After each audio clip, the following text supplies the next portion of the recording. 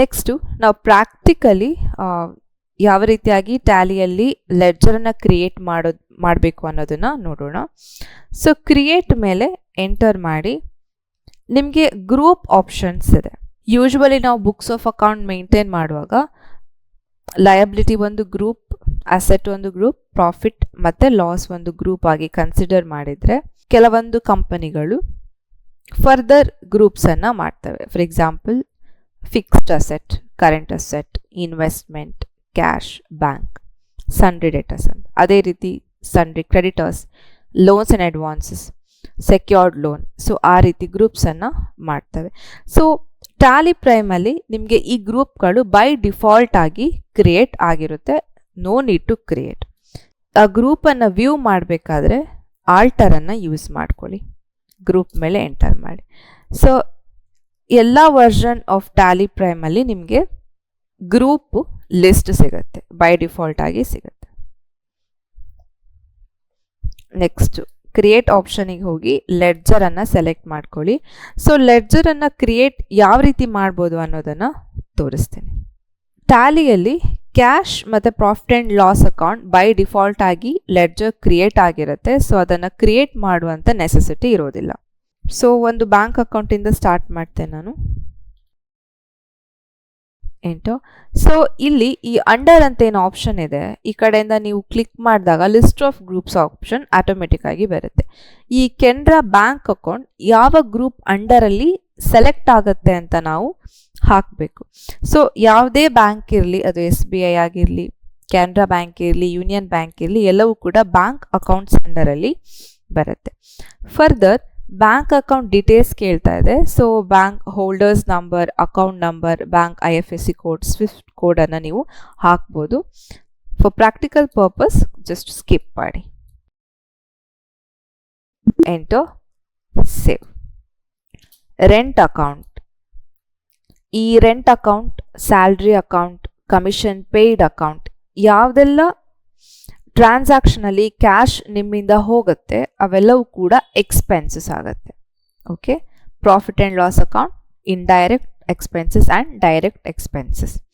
So rent ಎಲ್ಲವೂ ಕೂಡ indirect expenses. Enter ಮಾಡಿ.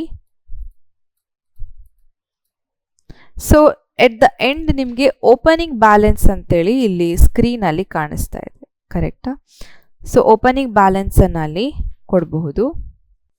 ಒಂದು ರ್ಯಾಂಡಮ್ ಅಮೌಂಟನ್ನು ನೀವು ಕೊಡಬಹುದು.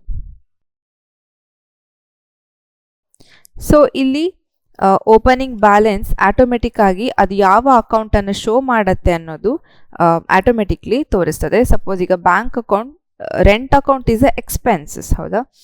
ಸೊ ಎಕ್ಸ್ಪೆನ್ಸಸ್ ಅಕೌಂಟ್ ಎಲ್ಲವೂ ಕೂಡ ಡೆಬಿಟ್ ಬ್ಯಾಲೆನ್ಸನ್ನು ಶೋ ಮಾಡುತ್ತೆ. ಸೊ ಆಟೋಮೆಟಿಕ್ಲಿ ನಾನು ಅಮೌಂಟ್ ಹಾಕಿದಾಗ ಅಲ್ಲಿ ಡೆಬಿಟ್ ಅಕೌಂಟ್ ಬಂದಿದೆ. Enter, save. ಓಪನಿಂಗ್ ಬ್ಯಾಲೆನ್ಸ್ ಅಂತ ಹೇಳಿದರೆ ನಾವು ಒಂದು ಅಕೌಂಟಿಂಗ್ ಪೀರಿಯಡಿಂದ ಇನ್ನೊಂದು ಅಕೌಂಟಿಂಗ್ ಪೀರಿಯಡಿಗೆ ಮೂವ್ ಆಗ್ತಾ ಇದ್ದಾಗ ಎಲ್ಲ ಲೆಡ್ಜರ್ ಎಂಟ್ರಿಗಳು ಕೂಡ ಝೀರೋ ಬ್ಯಾಲೆನ್ಸನ್ನು ತೋರಿಸಲ್ಲ. ಬ್ಯಾಂಕ್ ಆಗಿರ್ಬೋದು, ಕ್ಯಾಶ್ ಬುಕ್ ಆಗಿರ್ಬೋದು, ಅದರಲ್ಲಿ ಅಕೌಂಟ್ಸ್ ಮೇಂಟೈನ್ ಇರುತ್ತೆ, ಹಣ ತೋರಿಸ್ತಾ ಇರುತ್ತೆ, ಬ್ಯಾಲೆನ್ಸ್ ಇರುತ್ತೆ. ಸೊ ಒನ್ ಪೀರಿಯಡ್ ಕ್ಲೋಸ್ ಆಗಿ ನೆಕ್ಸ್ಟ್ ಪೀರಿಯಡ್ ಓಪನ್ ಆದಾಗ ಅದು ಓಪನಿಂಗ್ ಬ್ಯಾಲೆನ್ಸ್ ಅಂತ ಕರೆಸ್ಕೊಳ್ಳುತ್ತೆ. ಸೊ ಹಾಗಾಗಿ ನಾವಿಲ್ಲಿ ಎಂಟ್ರಿ ಮಾಡುವಾಗ ಓಪನಿಂಗ್ ಬ್ಯಾಲೆನ್ಸ್ ಇದ್ದರೆ ಅದನ್ನು ಎಂಟ್ರಿ ಲೆಡ್ಜರ್ ಕ್ರಿಯೇಟ್ ಮಾಡುವಾಗಲೇ ಅಮೌಂಟನ್ನು ಹಾಕಬೇಕು. Next entry salary account. Salary account ಕೂಡ ಇಂಡೈರೆಕ್ಟ್ ಎಕ್ಸ್ಪೆನ್ಸಸ್. ಅಗೇನ್ ಒಂದು ರ್ಯಾಂಡಮ್ ಅಮೌಂಟ್ ತಗೊಳ್ತೇನೆ as a opening balance and mister X sundry debtors. So ಇಲ್ಲಿ ನಿಮ್ಮ ಸಪ್ಲೈಯರ್ ಹಾಗೆ ಡೆಟರ್ಸ್ ಅಥವಾ sundry creditors and sundry debtors ಕೂಡ ಸಪರೇಟ್ ಆಗಿ ಗ್ರೂಪ್ ಇದೆ. ಸೊ ಆ ಗ್ರೂಪನ್ನು ನಾವಿಲ್ಲಿ ಸೆಲೆಕ್ಟ್ ಮಾಡ್ಕೊಳ್ಬೇಕು. ಸನ್ರಿ ಕ್ರೆಡಿಟರ್ ಅಕೌಂಟ್ ಎಂಟರ್ ಮಾಡಿ. Enter, save. ನೀವು ಶಾರ್ಟ್ ಕೀಸ್ ಕೂಡ ಯೂಸ್ ಮಾಡ್ಬೋದು ಎಂಟರ್ ಮಾಡಲಿಕ್ಕೆ. Just click on Ctrl A, direct ಆಗಿ ಸೇವ್ ಆಗುತ್ತೆ. sundry debtors account. Just click ಮಾಡ್ತಾ ಬನ್ನಿ.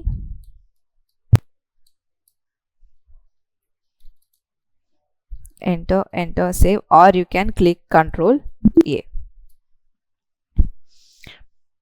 Next, capital account. Capital account ಎಲ್ಲವೂ ಕೂಡ ಕ್ಯಾಪಿಟಲ್ ಅಕೌಂಟ್ ಅಂಡರ್ ಅಲ್ಲಿ ಬರುತ್ತೆ.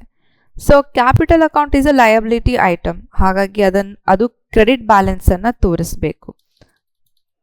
ನಾನು ಎಂಟರ್ ಮಾಡಿದಾಗ ಆಟೋಮೆಟಿಕ್ಲಿ ಕ್ರೆಡಿಟ್ ಅಂತ ತೋರಿಸುತ್ತೆ. ಎಕ್ಸೆಪ್ಟ್ ಎಸ್ ಕೊಡಿ. ಇದಿಷ್ಟು ನಿಮ್ಮ ಕ್ರಿಯೇಟೆಡ್ ಲೆಡ್ಜರ್ ಎಂಟ್ರಿ. ಈಗ ಈ ಲೆಡ್ಜರ್ ಎಂಟ್ರಿಯನ್ನ ಎಡಿಟ್ ಮಾಡಬೇಕು ಇಲ್ಲ ಅಪ್ಡೇಟ್ ಮಾಡಬೇಕು ಅಂತ ಹೇಳಿದ್ರೆ ಗೇಟ್ವೇ ಆಫ್ ಟ್ಯಾಲಿಯ ಕ್ರಿಯೇಟ್ ಆಪ್ಷನ್ಗೆ ಹೋಗಬೇಕು. ಕ್ರಿಯೇಟ್ ಆಪ್ಷನಲ್ಲಿ ಲೆಡ್ಜರ್ ಸೆಲೆಕ್ಟ್ ಮಾಡಿ. ಸೊ ಅಲಾಂಗ್ ವಿತ್ ಕ್ಯಾಶ್ ಮತ್ತು ಪ್ರಾಫಿಟ್ ಆ್ಯಂಡ್ ಲಾಸ್ ಅಕೌಂಟ್ ನಾವು ಕ್ರಿಯೇಟ್ ಮಾಡಿದ ಲೆಡ್ಜರ್ಗಳು ಇಲ್ಲಿ ವ್ಯೂ ಮಾಡ್ಬೋದು, ಇಲ್ಲಿ ಸಿಗುತ್ತೆ. ಸೊ ಎಂಟರ್ ಮಾಡಿ. ಇದರಲ್ಲಿ ಏನಾದರೂ ಚೇಂಜಸ್ ಮಾಡಲಿಕ್ಕಿದ್ರೆ ನೀವು ಚೇಂಜಸ್ ಮಾಡ್ಕೊಳ್ಬೋದು. ಇದಿಷ್ಟು ಗ್ರೂಪ್ ಮತ್ತು ledger information and alter information. So ಇವಾಗ ನಾನು ಕ್ರಿಯೇಟ್ ಮಾಡಿದ್ದು one way of creating the ledger.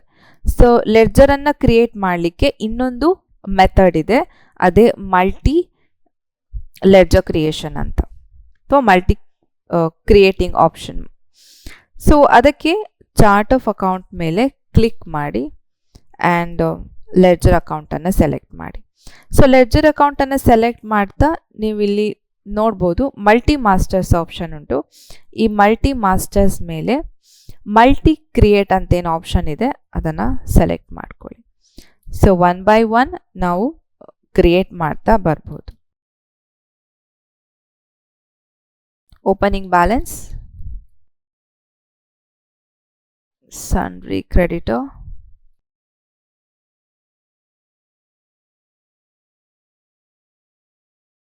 sundry debtors account, salary payable account, enter current liability. So ನೀವು ನೋಡ್ಬೋದು ಓಪನಿಂಗ್ ಬ್ಯಾಲೆನ್ಸ್ ಕ್ರೆಡಿಟ್ ಅಂತ ಆಗಿದೆ ಇಲ್ಲಿ, and furniture account. So at the same time ನೀವು ಎಲ್ಲ ಎಂಟ್ರೀಸ್ಗಳನ್ನು ಒಟ್ಟಿಗೆ ಮಾಡ್ಕೊಳ್ಬೋದು. ಆ್ಯಂಡ್ ಫರ್ನಿಚರ್ ಅಕೌಂಟ್ ಬಂದು ಫಿಕ್ಸ್ಡ್ ಅಸೆಟ್, ಎಂಟರ್ ಮಾಡಿ ಸೇವ್.